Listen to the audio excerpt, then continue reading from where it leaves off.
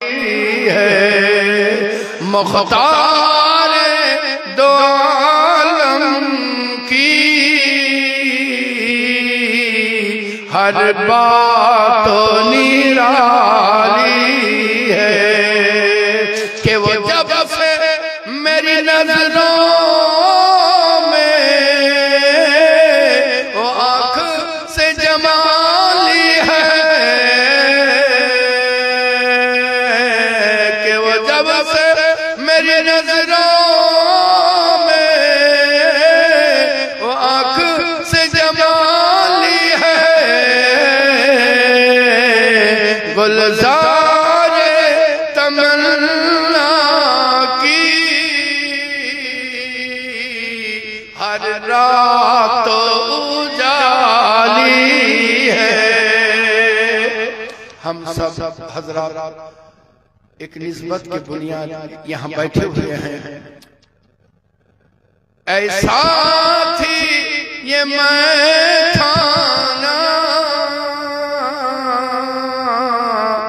کیا کام انہیں میں چین جن لوگوں نے پیاسا اپنی زمزم سے بجھالی ہے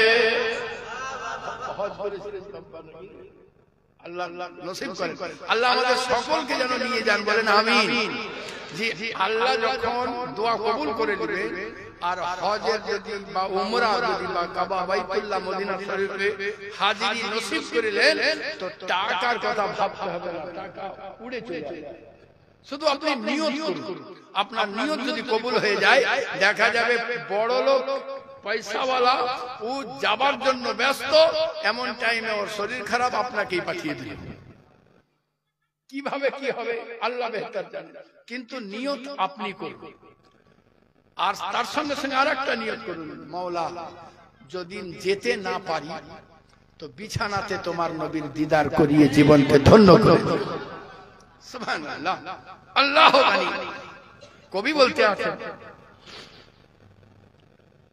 ईमान से पूछो तो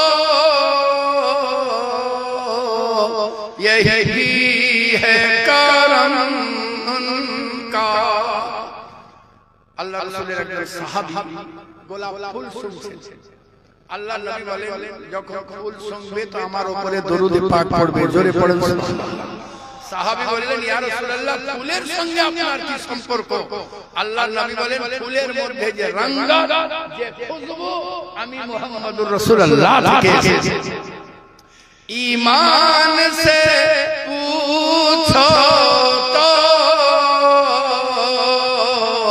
यही है करम उनका फूलों में जो रंगात है कलियों में जो लाली है किरदार के आली है रुखसारे लाली है जिस दिन से मोहम्मद का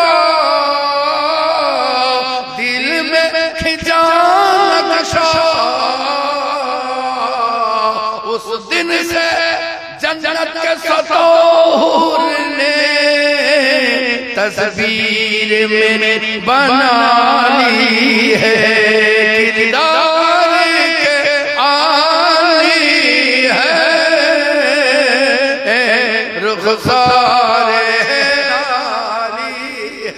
सुबहानअल्लाह अल्लाह पाक अपना क़यामत के नबी पाक साहिब लौला के सच्चा पक्का वफादार গোলাম বানান আমরা যে পীরেরই murid হই না কেন আমাদের আসল উদ্দেশ্য আল্লাহর হুকুম পালন করা আর হুকুমটাই হলো সবচেয়ে বড় ইবাদত আল্লাহ যদি বলেন নামাজের জন্য ছুটি নামাজ পড়লে গুনাহ হবে মৌলানা সাহেব ধ্যান দিয়েন না তোমার ভাতিজার হাল হবে আল্লাহ যদি বলেন নামাজে ছুটি তাহলে নামাজ পড়লে গুনাহ হবে আর আল্লাহ যদি বলেন পড়ো তো না পড়লে গুনাহ হবে বলে আল্লাহ নামাজে ছুটি দিবেন? বলে হ্যাঁ, মা জানদেরকে দিয়েছেন ছুটি। ওই কয়টা দিনে নামাজ পড়লে গুনাহগার হবে। তাদের জন্য কিছু খাস দিন আছে, তাদেরকে নামাজ ছুটি দিয়েছে। ওই দিনে যদি তারা নামাজ পড়তে যায় জোর করে, তাহলে গুনাহগার হবে।